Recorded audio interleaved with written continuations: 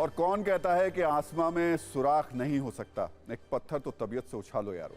हिंदी के कालजयी कवि दुष्यंत कुमार की ये पंक्तियां कामयाबी का वो मंत्र है जिसके सामने सारे संकट, सारी अड़चने, कुदरती विषमताएं, अक्षमताएं बौनी साबित हो जाती हैं। इसका एक सबूत हाल ही में गुजरात के भावनगर में देखने को मिला।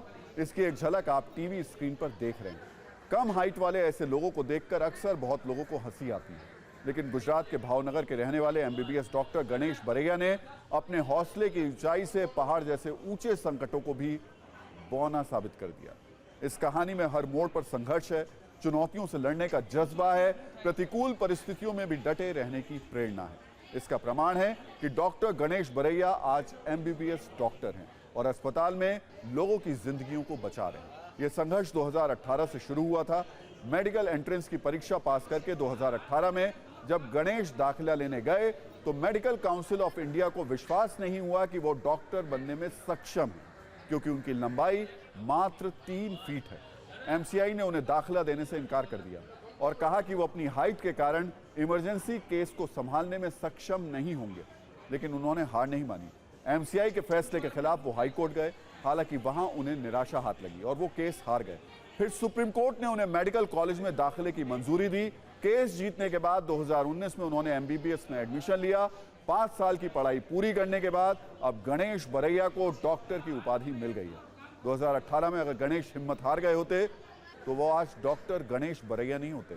डॉक्टर गणेश बरैया एमबीबीएस की डिग्री प्राप्त करने के बाद भावनगर के सरकारी अस्पताल में ट्रेनी के रूप में काम कर रहे हैं।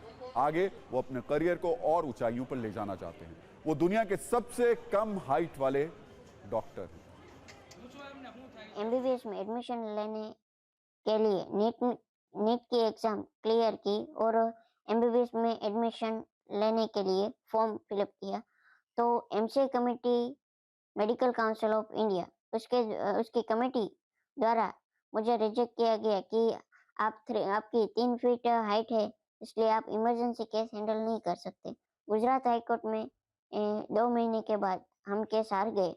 दलपत भाई और रेवत सिंह ने ये डिसाइड किया था हम हाईकोर्ट में केस हार गए तो क्या हुआ, हम सुप्रीम कोर्ट में केस दाखिल करेंगे। फिर हमने सुप्रीम कोर्ट में केस दाखिल किया और सुप्रीम कोर्ट का 2018 में जजमेंट आया कि आपको एमबीबीएस में एडमिशन मिल सकता है। इन तस्वीरों का नजरिया 9B है।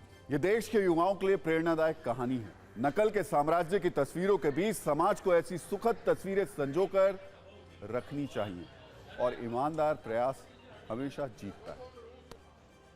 और सत्ता के आखिर में हम आपको भ्रष्टाचार की ऐसी तस्वीर दिखाते हैं जो आपको थोड़ा परेशान करेगी।